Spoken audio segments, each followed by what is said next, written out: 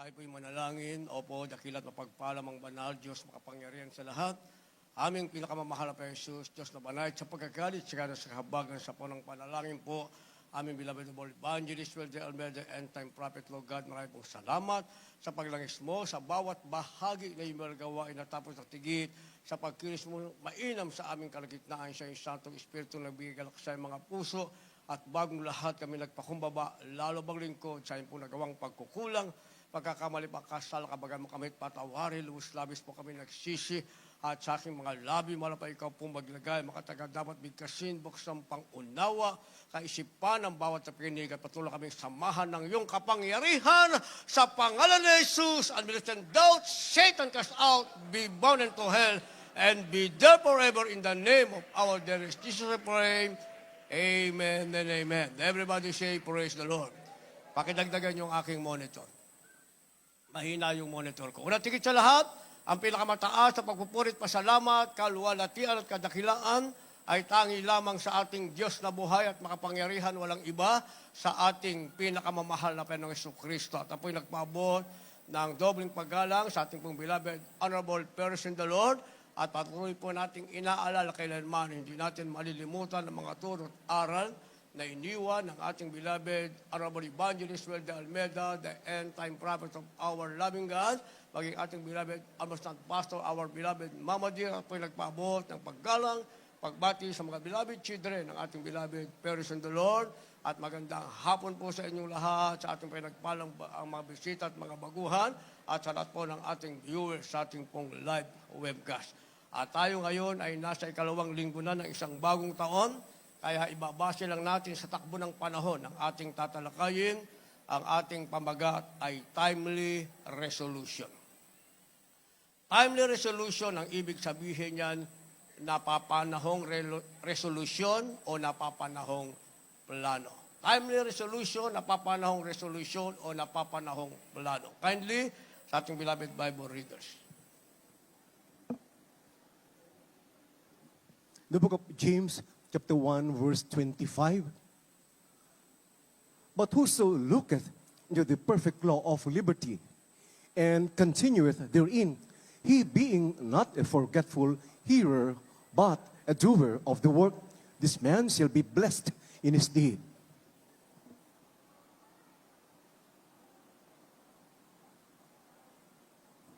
Santiago Kapitulo 1, versikulo 25. Ngunit ang nagsisiyasat ng sakdal na kautusan, ang kautusan ng kalayaan ay nananatiling gayon, na hindi tagapakinig na lumilimot, kundi tagatupad na gumagawa, ay pagpapalain ng taong ito sa kanyang ginagawa.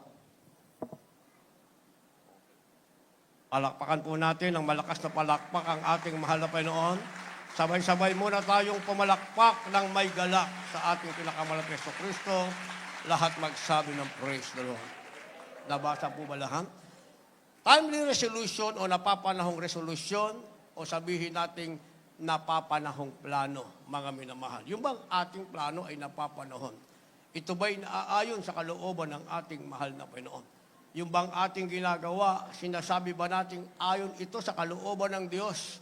Ano ba ang plano natin sa kasulukuyang panahon, mga minamahal? Gayong nakita natin yung ating mga kababayan, yun yung kanilang plano, mga minamahal.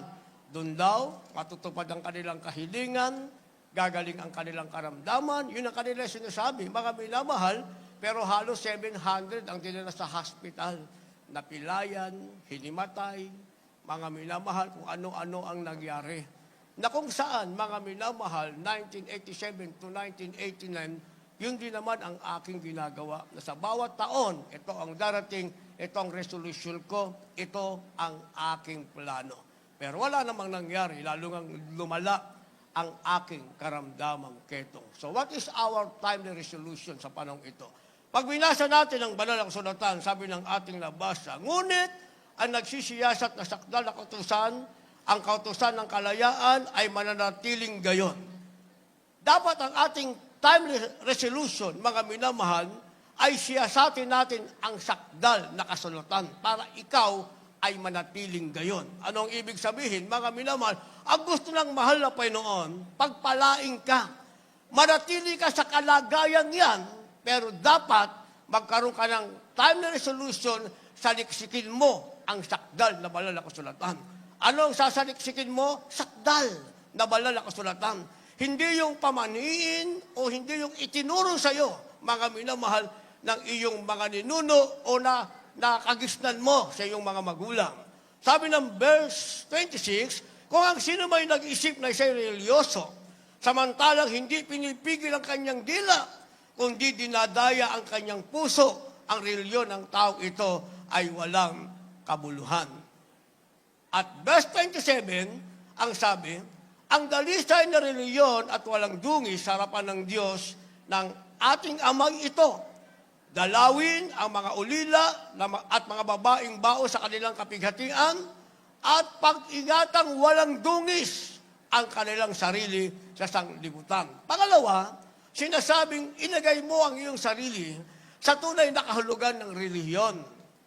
Sa sanlibutan ng relihiyon, mga minamahal, meron silang sariling Diyos na sinasambang ginawa ng kamay ng tao. Kaya naman lumilipas ang panahon, mga minamahal, aalis ang lumang panahon nasa karamdaman, darating ang panahon na bagong panahon nasa karamdaman pa rin hanggang sa bawian na lamang ng buhay.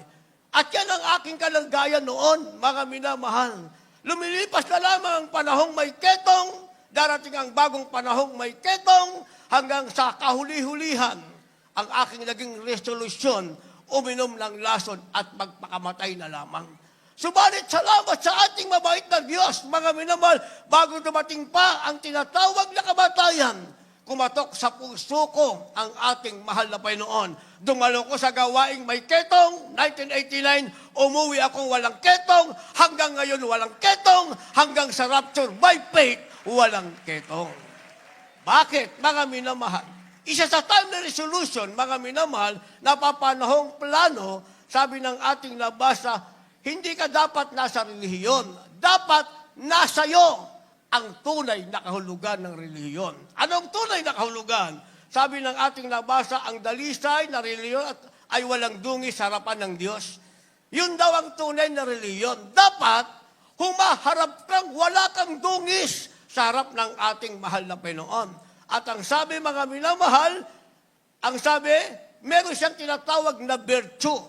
Humaharap kang walang dungis sa harap ng Diyos, meron kang katangian. Tinatawag na virtue.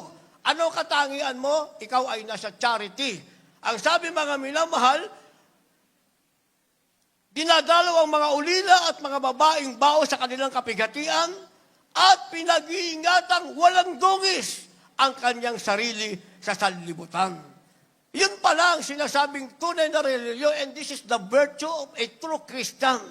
Pag tunay kang Kristiyano, hindi napapatunayan yan sa meron kang inanyuang larawan o sinamba mo o pinaglingkuran mo.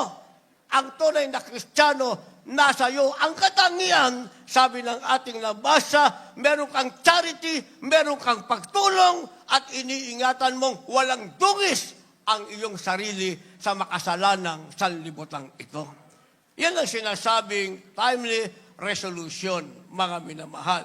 Kaya nga, para mailagay natin yung ating sarili sa tinasabing napapanahong plano o napapahanong resolusyon, mga minamahal, kinakailangan natin yung sinasabing realign yourself to God. Realign yourself to God.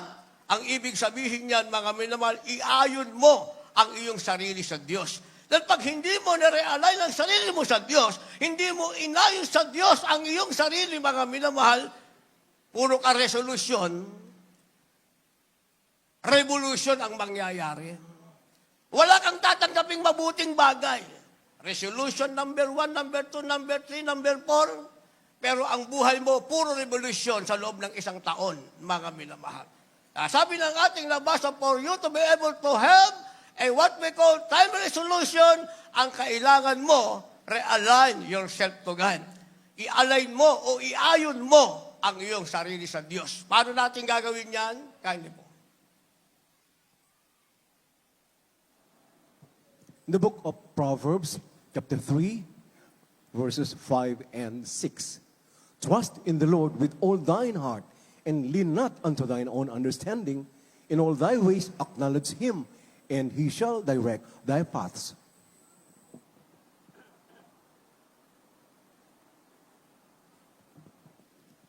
Sa mga kawikaan, Kapitulo 3, ang talatay 5 at 6. Tumiwala ka sa Panginoon ng buong puso mo. Huwag kang manalig sa iyong sariling kaunawaan. Kilalanin mo siya sa lahat ng iyong mga lakad at kanyang ituturo ang iyong mga landas. Verse 7. Verse 7. 7. Huwag kang magpakapanta sa iyong sariling mga mata. Matakot ka sa Panginoon at humiwalay ka sa kasamaan. Palakpakan natin ang ating mahal na Panginoon. Sabay-sabay na palakpak. Yan na ba yung time resolution nyo? Time resolution natin, pumapalakpak ng may galak sa ating mahal na Panginoon. Kasi linggo ngayon, malaya tayong pumalakpak ng may saya at magsabi ng malakas na praise the Lord. Pag overnight, sabi natin, huwag kayong papalakpak. Palakpak kayo ng palakpak. Sabi natin, huwag kayong sisigaw. Sigaw kayo ng sigaw. Bagong taon na ngayon, baliktad talaga ang tao. Yung bawal, yun ang ginagawa. Ngayon, linggo kasi kahit hindi natin sabihin pumalakpak, papalakpak tayo ng may saya sa ating mahal na Panginoon. Magsasabi tayo ng praise the Lord.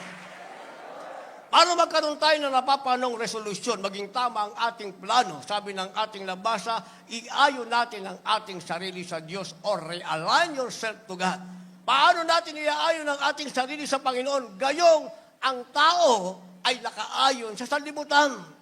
Dahil ang meron sa sanlibutan ay kasiyahan ng tao. Pansamantalang kasiyahan, sinasabing temporary pleasure. Yan ang hinahanap ng tao. Masaya ngayon, masaya sila. Wala silang pakialam ano ang mangyayari sa kinabukasan o manahin nila ang impyerno. Wala silang pakialam doon. Kaya kami nagsasabi, kung impyerno, impyerno, kung langit, ay langit. Pero may katotohanan dapat nating unawain, mga minamahal. Ang impyerno ay totoo, ang langit ay totoo. Pag nandiyan ka na, nasa langit ka, hindi mo pagsisisihan bakit pinaglingkuran mo ng may katapatan ng ating mahal na Panginoon. Bakit iniayon mo ang sarili mo sa Diyos? Ginawa mo ang kalooban ng Diyos, pinagsikapan mo. Pag nasa langit ka na, hindi mo pagsisisihan yan, magagalak ang iyong puso. Ang pagsisisihan mo, pag sa impyerno mo idinilap ang iyong mata. Kaya sabi ng ating nabasa, realign yourself to God, iayon natin ang ating sarili sa Diyos sa paanong paraan. Una, tumiwala ka sa Panginoon ng buo mong puso, huwag kang manalig sa iyong sariling kaunawaan. Kung magtitiwala ka lang sa Diyos, mga minamahal, make it 100%. Make sure that your trust is 100%. Yun kasi ang kailangan, mga minamahal.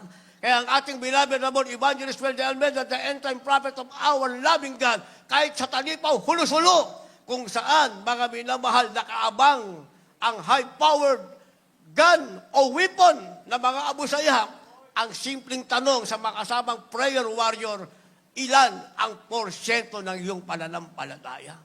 Sabi ng ating nabasa, tumiwala ka sa Panginoon ng iyong buong puso at huwag kang manalig sa iyong sariling kaunawaan. Kasi yung kaunawaan ng tao, yan ang nagpapahamak sa kanya, mga minamahal. Dahil ang tao, yung pag-iisip niya, binabaligtad niya yung tama, ginagawa niyang mali. O may invento silang bagay, mga minamahal, na siya mismo ay hindi niya naunawan, hindi niya pakikinabangan. O doon, ang sabi, pag bagong taon, sasalumo ka sa bagong taon, bumili ka ng maraming bilog na prutas. Hindi ba yun ang sinasabi? Ngayon daw, huwag kang bibili kasi gugulong ang swerte pala yun. Hindi ba marami ang tao, marami siyang iniimbento sa sarili, hindi niya pakikinabangan. O huwag ka daw kakain ng isda pag bagong taon. Bakit? Pag sisig ng isda, lalayo sa iyo ang swerte. Ano kakainin mo? Di ba? Sa banal na kasulatan, kumain ka na gusto mo kainin. Huwag ka lang kakain o gagawa ng kasalanan sa harap ng ating mahal na Panginoon.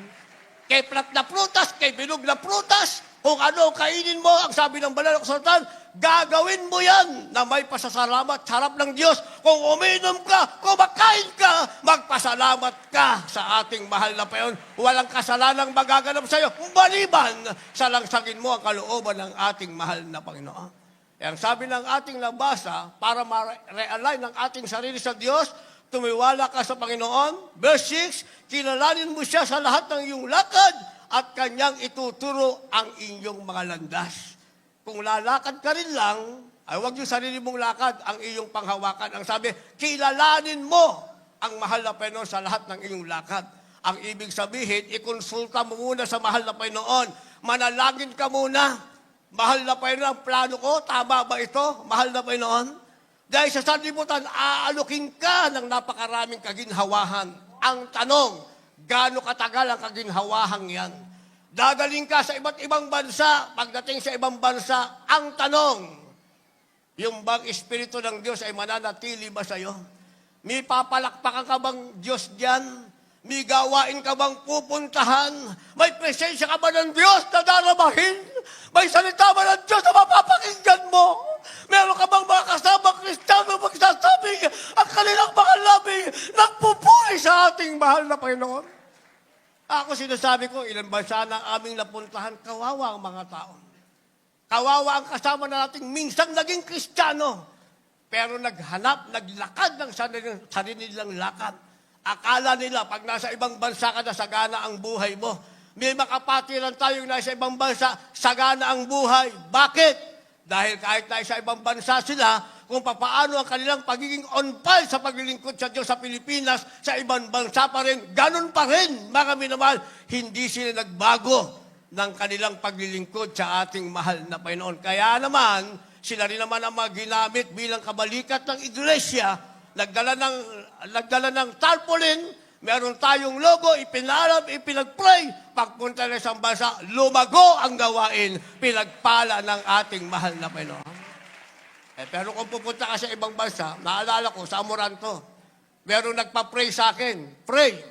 Bakit? Pupunta daw sa ibang bansa, sa UAE. 2018, nakaisang buwan na kami ron, may lumapit sa akin, isang sister na umiiyak. Sabi niya, yun daw kanyang asawa ay pinagbibintangan ng among ninakawan at hinihingan ng 270,000 dirhams. Sabi nung amo niya, pag di mo ako binigyan, tatawag ako ng pulis.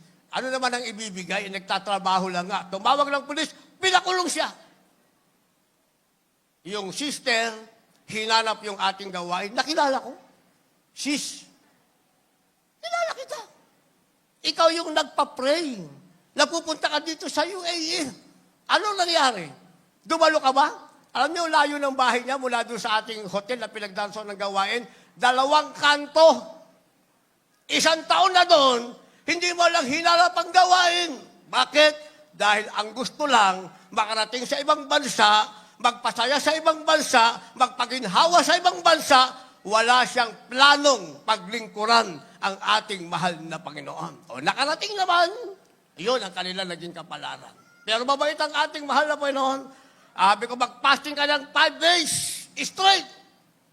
Absolute. Babaguhin ng Diyos ang ginawa ng amo ng asawa mo sa kanya. 3 days pa lang, dumalo sa gawain, umiiyak na naman. Bakit? Dahil yung kanyang asawa, pinalaya na ng ating mahal na Panginoon. Sabi ng ating labas sa mga minamahal, kilalanin mo siya sa lahat ng iyong lakad. Kung lalakad ka, siguraduhin mo ang lakad mo na yan ay ayon sa kalooban ng ating mahal na Panginoon. Sabi ng verse 7, huwag kang magpakapanta sa iyong sariling mga mata.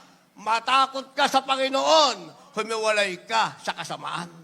Kasi minsan, yung nakikita ng ating mata, mga minamahal, yun ang ating nagiging basihan. Maraming Pilipino doon. Maghahanap ako ng kakilala ko ron. Maraming ang Pilipino. Kakilala mo nga. Ang tanong, yung kakilala mo na yan. Magdadala pa siya yun sa langit o mag-aalis sa'yo sa kamay ng ating mahal na Panginoon. Pero kung ang mahal na Panginoon ang kikilalalin mo sa lahat ng iyong plano, sabi ng ating nabasa, mga minamahal, huwag kang magpakapanta sa iyong sariling mata. Ikaw ay walang alam sa iyong sarili. Ang kailangan mo, matakot ka sa Panginoon, humiwalay ka sa kasamaan, at mangyayari na i-realign mo o na iayon mo ang sarili mo sa harap ng ating pinakamamahal na Panginoon Kristo. At nasa iyo ang sinasabing timely resolution. Walang masasayang sa bawat plano mo. Naintindihan natin? Gusto niyo pumalakpak? Pero may tanong, paano natin ma-realign yung ating sarili sa Diyos? Kailangan natin ng character change. Character change, ang ibig sabihin niyan, pagbabago ng karakter o pagkatao. Kasi itong ating pagkatao, mga minamahal, talagang hinahanap nito ay yung sinasabing kumbinyente sa ating sarili. Gusto niyo mag-amen? Kumbinyente. Ang isang bagay, hindi mo matatanggap yan, mga minamahal, na kumbinyente ka sa iyong sarili. Lalo na ang biyayang nanggaling sa ating mahal na Panginoon. Kung merong mga Kristiyanong umabot na since then, 1975, nag-start ang ating banal na gawain, hanggang ngayon, nandyan pa. Sila yung mga nakaka-bless, mga minamahal, may edad na, matanda na. Pag-upo sa silya, walang alisan. Walang inuman ng tubig. Walang kainan. Pero yung mga bata pa, alis ng alis. Punta ng punta doon sa tindahan ng siomay. Di ba? Yung mga may edad na, mga minamahal, bumubuka ang mga labi, nagpapasalamat sa Diyos, dinarama ang matamis na presensya ng ating mahal na Panginoon. Umiiyak sa presensya ng Diyos. Yun namang bata-bata pa, umiiyak din kasi naisawsaw ang siomay sa maanghang na sausawan. Ayun ang problema eh. Di ba? Kaya sabi ng ating nabasa, character change, kailangan natin yan. Ang ibig sabihin, pagbabago ng karakter o pagkatao. Kindly. In the book of the prophet Ezekiel, chapter 18, verses 30 and 31. Therefore I will judge you, O house of Israel, everyone according to his ways, saith the Lord God. Repent and turn yourselves from all your transgressions, so iniquity shall not be your ruin. Cast away from you all your transgressions, whereby you have transgressed, and make you a new heart and a new spirit. For why will you die, O house of Israel? God bless you po. Kaya sa Tagalog. Ezekiel Kapitulo 18, versikulo 30 at 31. Kaya hatulan ko kayo, o sambayan ni Israel, bawat isa'y ayon sa kanyang mga lakad. Sabi ng Panginoong Diyos, kayo magbalik loob at magsihiwalay kayo sa lahat ninyong pagsalansang. Sa gayon, ang kasamaan ay hindi magiging inyong kapahamakan. Inyong iwaksi ang lahat ng iyong pagsalansang na iyong sinasalansang at kayo magbagong loob at magbagong diwa sapagkat bakit kayo mamamatay o angkan ni Israel. Palapakan po natin ang ating mahal na Panginoon, sabay-sabay na palakpak, at lahat magsabi ng praise the Lord. Character change, pagbabago ng karakter o pagkatao, sabi ng ating nabasa mga minamahal, o sambahayan ni Israel, bawat isa'y ayon sa kanyang mga lakad, sabi ng Panginoong Diyos, kayo'y magbalik loob at magsihiwalay kayo sa lahat ng inyong pagsalangsang. Sa gayon, ang kasamaan ay hindi magiging inyong kapamakan. Papalitan natin yung ating pagkatao, mga minamahal. Aalisin natin yung ating pagsalangsang sa harap ng mahal na Panginoon. Sabi ng ating nabasa, pag nagawa natin yon, yung ating pagsalangsang, hindi magiging ating pagkapahamak sa isang bagong taong ito. Pero kung nasanay tayong palaging sumasalangsang, palaging nagre-reklamo, bakit kaya ganun ang ugaling tao? Hindi man. Since then, nilikha ang tao, ibinigay na ng Diyos ang lahat, naghahanap pa ng ikasasama ng kanilang sarili. Mga Israelite, inalis sa pagkalipin, mga minamahal, pinahihirapan, pinalaya ng mahal na Panginoon, himala na sa lahat ng himala, na sa kanilang buhay, nakita nila kanilang mga mata sa malawak na dagat, hinating ng mahal na Panginoon, pinaraan silang lahat, paglampas nila sa pulang dagat, ibalik ng Diyos, pinatay lahat yung kanilang mga kaaway. Pero walang nagsabing salamat sa Panginoon. Pagdating sa ilang, nagreklamo pa rin. Ano sabi kay Moises? Moises, dinala mo ba kami rito para patayin ang gutom? Ibalik mo na lang kami sa Ehipto. Mabuti rin kahit alipin kami, may kinakain kaming sibuyas at saka bawang. Bakit? Kasi dun sa ilang, ang pagkain nila, pugo at saka mana. Hindi naman sila alipin. Hindi naman sila naghahanap buhay. Ang gagawin nila, matulog, kumain, bumangon, at maglakbay patungo sa Kanaan, pangakong lugar na pagpapala ng ating mahal na Panginoon. Pero nagre-reklamo pa rin, mga minamahal. Di ba? Ganun din minsan mga Kristiyano eh. O, dito ka dito. Ano ba yung parking na yan? Bako-bako, maputik. Di bayad pang 50 pesos. Eh ako, kahit 100 eh. Alam niyo ako, nagbabayad ako sa gasoline station. Maisip ko lang yung sasakyan, kahit 100, 200, binabayaran ko. Kinakausap ko yung gasoline boy. Safety naman yung sasakyan ko. Hindi ba? Eh, yung parking natin, libre yan. Libre. Ang nagbabayad niya ng iglesia. Binabayaran natin dyan, kagaya ngayon, siguro abot tayo mamaya ng mga 19,000 plus, nasa 20 plus, yan ang binabayaran natin. Kung magbigay kayo ng 50 pesos at nagrereklamo pa kayo, sino namang Diyos ang malulugod sa inyo? Mamaya mananalangin tayo. Ano ba panalangin nyo mamaya? Mahal na Panginoon. Ilibre mo na lang yung 50 pesos kung parking.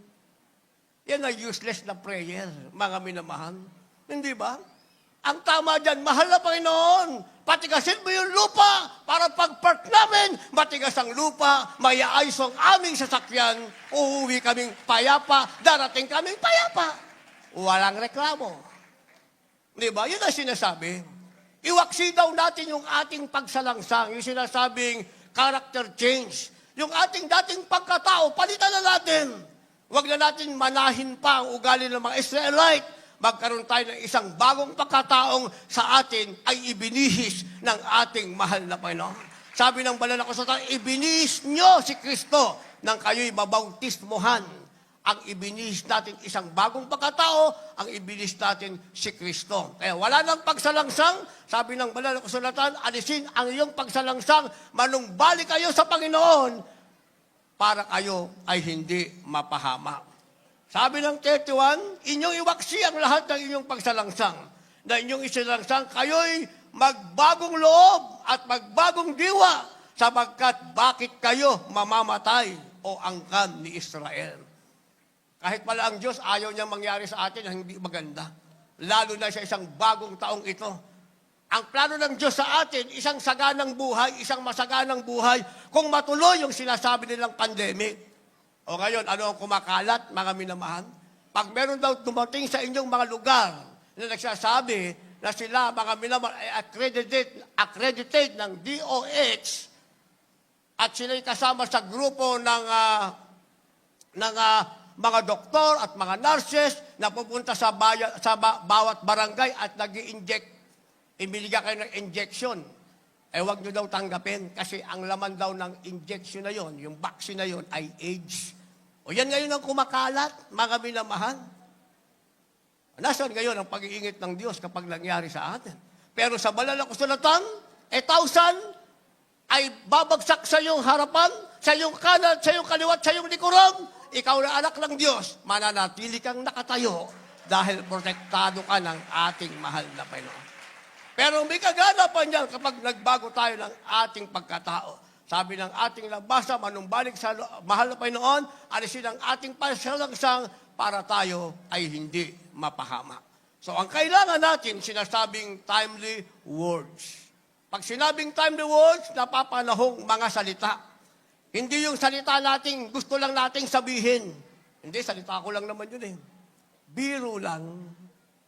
Biro lang. Pero sa harap ng Diyos, hindi biro yon. Dahil sa banal na kasulatan, pag ibinuka mo yung labi mo, just open your mouth to praise the Lord. Buksan mo ang labi mo para papurihin ng Diyos. Huwag ka na magbiro kahit saan ka nakalagay dyan. Kasi pag sinabi, dito ka mag-park, isiksik mo yung sasakyan mo dyan, ako nang maglagay para maayos, magkasya tayong lahat. O, di, susunod lang tayo. Wala nang salita. Kasi merong sinasabing timely words. Kindly po. The book of Psalm, chapter 119, verse 105. Thy word is a lamp unto my feet and a light unto my path. The Gospel of St. John, chapter 15, verse 3.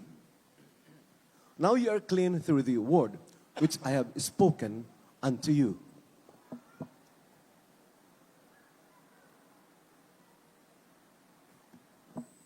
Sa mga awit, Kapitulo 119, ang talatay 105. Ang salita mo'y ilawan sa aking mga paa at liwanag sa aking landas. Dito po sa aklat ng Juan, Kapitulo 15, ang talatay 3. Kayo'y malilinis na sa pamamagitan ng salita na sa inyo'y aking sinalita. Amen. Alapakan po natin ng sabay-sabay na palakpak ang ating mahal na Panginoon. Lahat magsabi ng praise the Lord. Sinasabing timely words, mga minamahal, ito'y parang salita ng Diyos. Salita ng Diyos, ating napapakinggan, ang sabi, ito ay ilawan sa ating mga paa. Kaya tayo nasa liwanag na, mga minamahal, huwag na natin ibalik ang ating sarili sa tinatawag na kadiliman. Dahil yan na ang dati nating pinanggalingan. Sabi ng banal sa katawan, noon kayo ay nasa kadiliman, ngayon ay anak na kayo ng kaliwanagan. Kaya lumakad kayo bilang anak ng nasa liwanag. Kaya sabi ng ating nabasa, ang salita mo ilawan sa aking mga paa at liwanag sa aking landas. Yan na ngayon ang lakad natin, mga minamahal. Ano ba ang mangyari sa sanlibutan? Yan ay nakatakda lamang.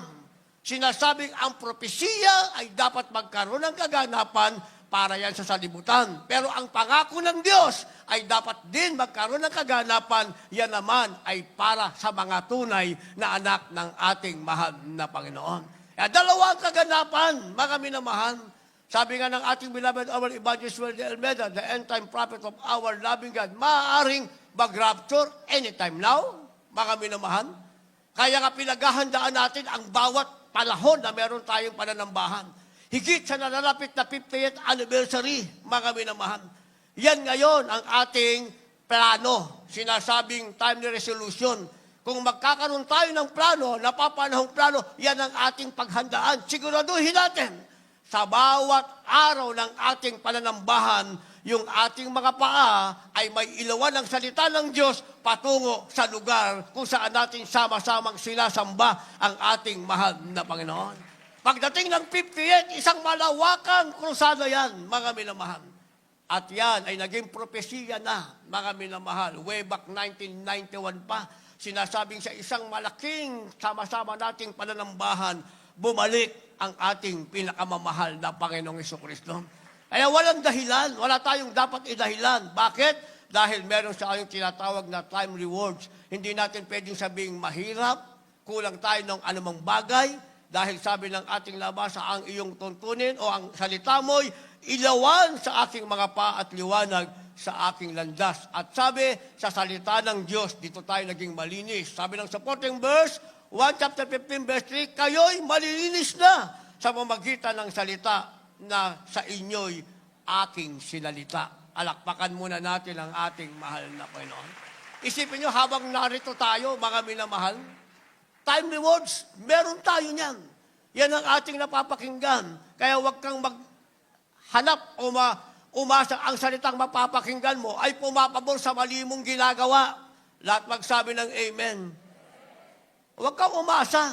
Pag nasa bahay, sambahan ka, lilinisin ka ng salita ng Diyos. Kung ang salita ng Diyos matalim, tabak na dalawang talim, tumatago sa utak ng buto, tinamaan ka, magpasalamat ka. Sabi ng ating nabasa, that is the time the words na kailangan mo. Sabi ng ating nabasa, ikayo ay malinis na sa aking salita na sinalita ko sa inyo at ang salita ng Diyos, ilawan yan sa ating mga paa.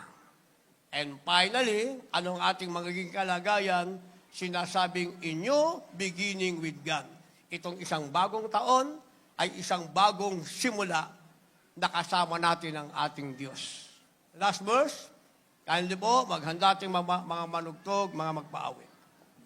The book of the prophet Ezekiel, chapter 36, from verse 26 up to verse 29.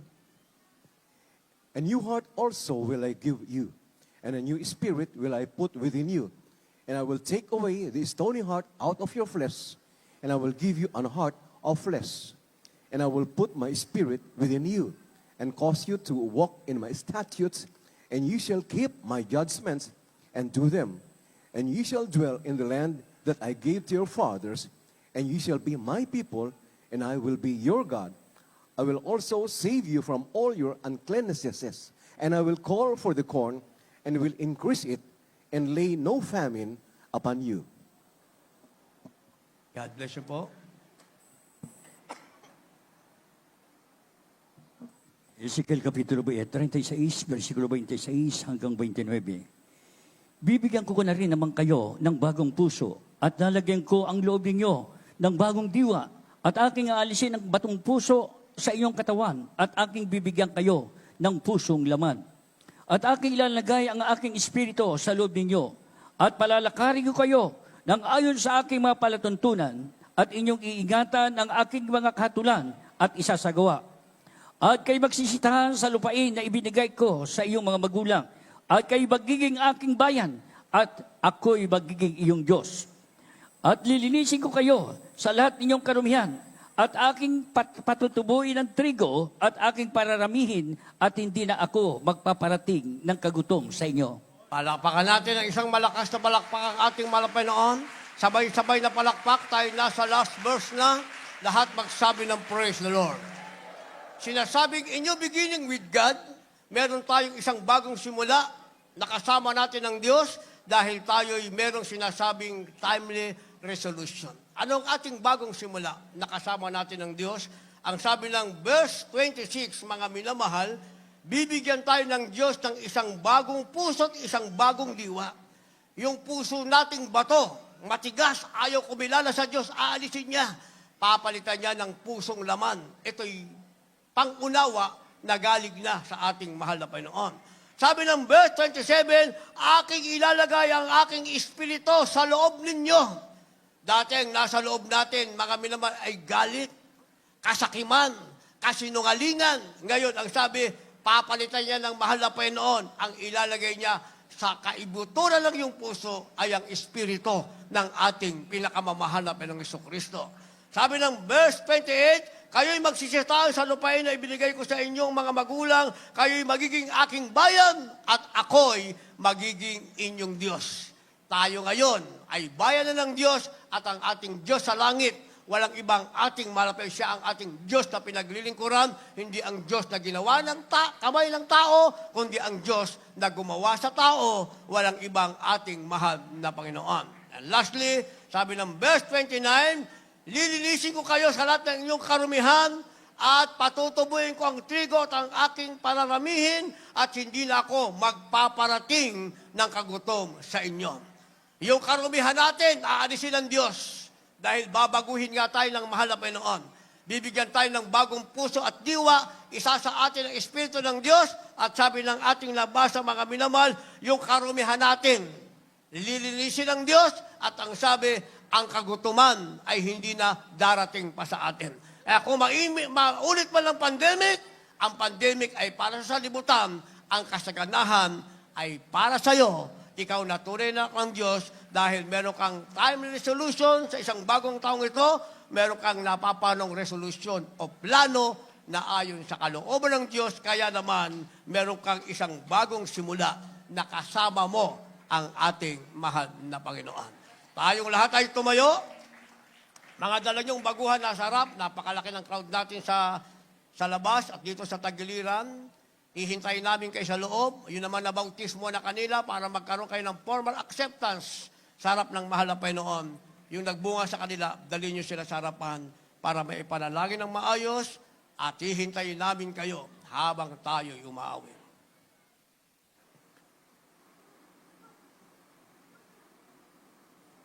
Hallelujah. Awitin natin ang awiting Jesus, kailangan kita. Sa panahong ito, ang kailangan natin ay ang ating pinakamamahal na Panginoong Hesus. Jesus, kailangan kita. Kailangan natin ng pag-ibig ng ating Diyos. Kailangan ko ang pag-ibig mo. Kailangan natin ng kahabagan ng ating mahal na Panginoon. Kahabagan mo ako. Patawad, O Diyos, patawad, at ako ay Pabayaan natin, linisin. linisin tayo ng mahal na Panginoon. Jesus, kailangan kita. Iparinig natin sa mahal na kailangan natin. Kailangan ko ang pag-ibig mo, Jesus, kabagan mo. Patuloy tayong humingi ng habag sa ating mahal na Panginoon. Patawad, O Diyos, patawad, at ako ay binis. Hallelujah. O Jesus, alam mo ang mga lakad ko. Walang may tatago sa harap ng Diyos. Walang maitatago sa'yo. Alam ng Diyos ang bilang ng ating mga away. O Jesus, alam mo ang bilang ng araw ko. Kailangan natin ang araw sa mahal na Panginoon. Buhay ko'y lang sa'yo. Hallelujah. Jesus, kailangan kita. Sabihin natin ako sa ating mga puso. Kailangan kita Panginoon. Kailangan ko Kailangan ko ang pag-ibig mo. ang pag-ibig mo. Hingin natin ang habang ng ating. Jesus, kabagan mo. Sabihin natin, patawad. Patawad, O Diyos, patawad. O Diyos, patawad. At ako'y At bilis. ako Hallelujah. ay binis. Hallelujah. O Jesus, alam mo ang Purihin ka, mahal. walang maitatago sa'yo.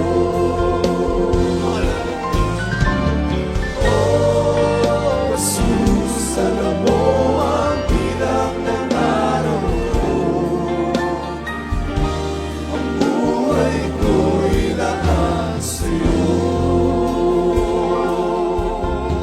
Linisin mo ang puso ko, Diyos, at ako'y maglilingkod sa'yo. Linisin mo ang puso ko, Diyos, at ako'y baguhin mo. Linisin mo, gamitin mo, ayon sa nais mo. Purihin ka, mahal.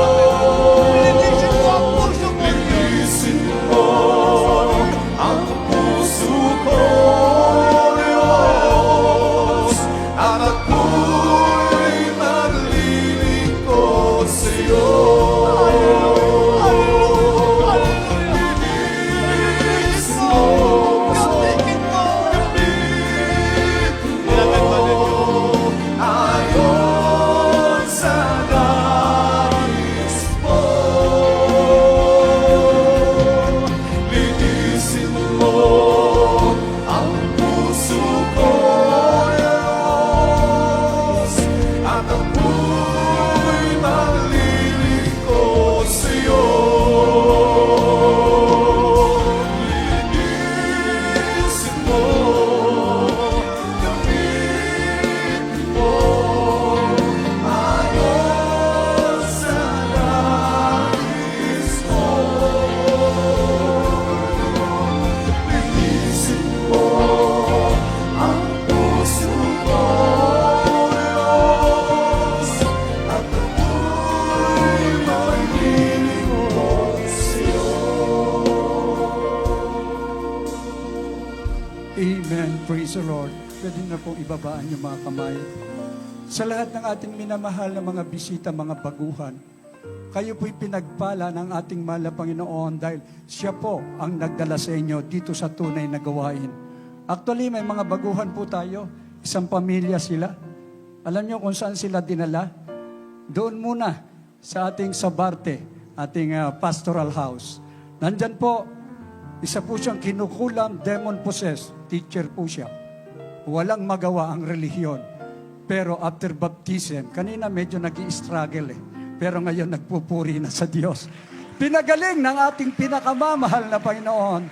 Ibig sabihin, pinagpala kayo ng ating dakilang Diyos. Ngayon naman po, formal yung tanggapin ng ating mahal na Panginoon dito sa ating banal na iglesia. Meron pong 4 na reglamento ng kaligtasan. Una po ay ang pananampalataya sa nag-iisang Diyos na nahayag sa laman, nagkatawang tao, namatay sa krus ng Kalbaryo upang tubusin tayo sa ating mga kasalanan. Nabuhay na maguli.